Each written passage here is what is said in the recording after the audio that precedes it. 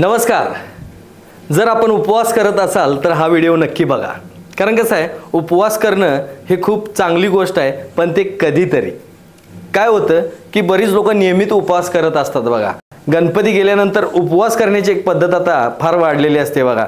तर नक्की हा व्हिडिओ बघा आणि तुम्ही लक्षात घ्या की उपवास करणं ही चांगली गोष्ट आहे, पण उपवास म्हणजे लंघन करणं गरजेचं आहे.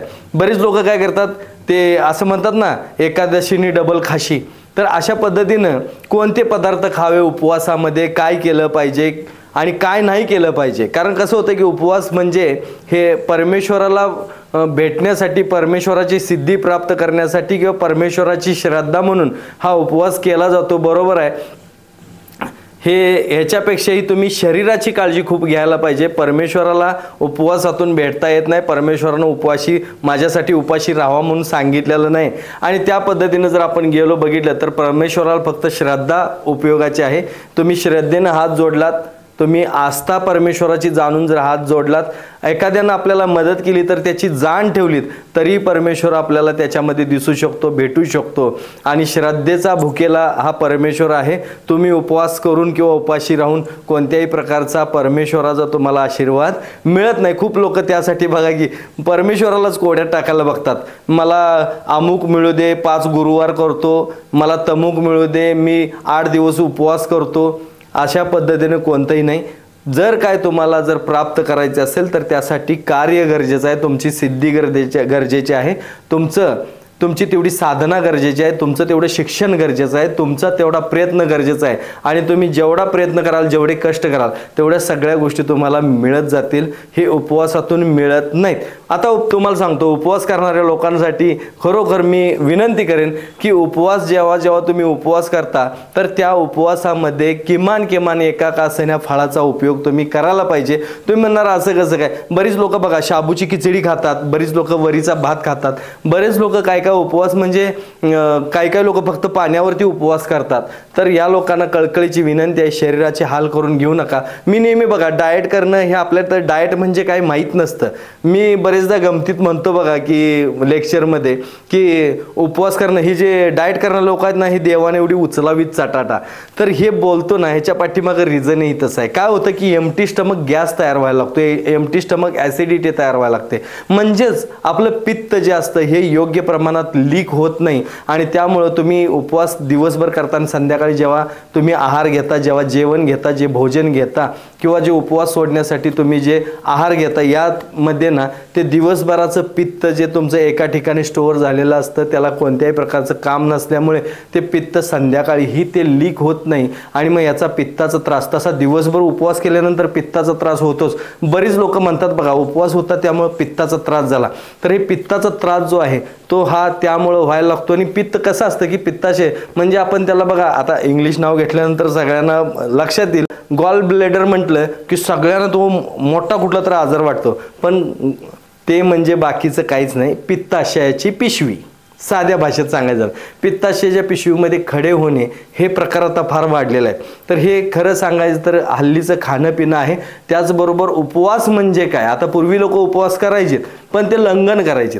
आता जे आहे ना, आत्ताची लोक आहेत ते सवडी शास्त्राप्रमाणे उपवास करतात. म्हणजे काय असतं की आता बघा, मंगळवार केला तर चपातीनी भाजी खाल्ली तर चालते असं म्हणतात बरीच लोक.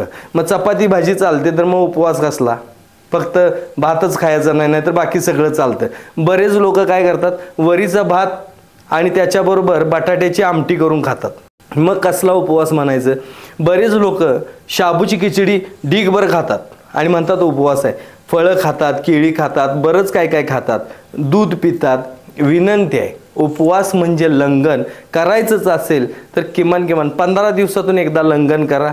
खरं सांगायचं तर महिन्यातून एकदाच लंघन करायचं असतं. पण अगदीच तुम्हाला जास्त वाटत असेल तर तुम्ही महिन्यातून 2 वेळा म्हणजे किमान 15 दिवसातून एकदा लंघन करा.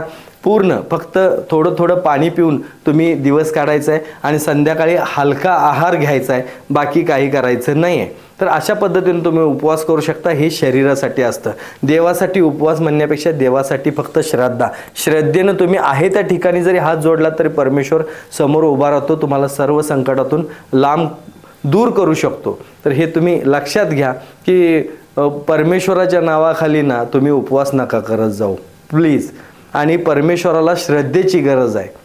तो श्रद्धेचा, तो भक्तीचा भुकेला आहे. आपण ग्रंथातनी किंवा आपण अभंगामध्ये सुद्धा बघा ऐकतो की परमेश्वर हा भक्तीचा भुकेला आहे. फक्त श्रद्धेनं भक्तीनं तुम्ही हात जोडला तरी परमेश्वराला पुरे आहे. फक्त श्रद्धेनं हात जोडा, भक्तीनं हात जोडा, मला ते पुरेसं आहे असं म्हटलं जातं की श्रद्धेनं हात जोडल्यानंतर आणि भक्तीनं हात जोडल्यानंतर तर नक्की परमेश्वर आपल्याला उभारतो आणि नक्की आपल्याला सगळ्या संकटातून दूर करतो. तर विनंती आहे सगळ्यांना की उपवास करत असताना नक्की विचार करा की आपल्या पित्ताशयाच्या पिशवीचा म्हणजे काय आहे की हे पित्ताशयामध्ये खडे झालं की रिबस म्हणजेच बरगड्यांच्या खाली खूप साऱ्या वेदना व्हायला लागतात आणि ह्या वेदना आपल्याला असह्य होतात आणि याच्यावरती पित्ताशयाची पिशवी काढण्याचा हा सल्ला मिळतो आणि मग आपल्याला पित्ताशयाची पिशवी काढावी लागते. पित्ताशयाची पिशवी काढल्यानंतर बघा की आपलं मोशनवरती कंट्रोल राहत नाही, पोटदुखी वाढायला लागते, चिकट आपल्याला मोशन व्हायला लागतं. अशा खूप साऱ्या तक्रारी घेऊन लोक माझ्याकडे येतात की पित्ताशयाची पिशवी काढली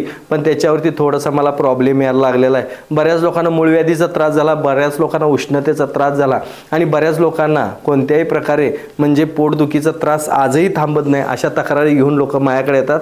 तर विनंती करेन शरीराची चिरफाड न करता आपण घरगुती उपायांमधून आपलं पित्ताशय चांगलं ठेवू शकतो, नीट ठेवू शकतो. अगदीच आपल्याला जर समजा पित्ताचा त्रास जर काय होत असेल तर आमच्या तोडकर संजीवनीचं पित्त मुक्ता म्हणजेच पित्त जर आपल्याला होत असेल तर त्यापासून मुक्त होण्यासाठी पित्त मुक्ता नावाचं जे एक औषध आहे हे आपण घेऊ शकता. हे महाराष्ट्रात सगळीकडे मिळतं, सगळ्या मेडिकल दुकानामध्ये आणि तुम्हाला मेडिकल स्टोअरमध्ये आणि आयुर्वेदिक दुकानामध्ये सगळीकडे हे अवेलेबल आहे. नक्की घेऊन बघा.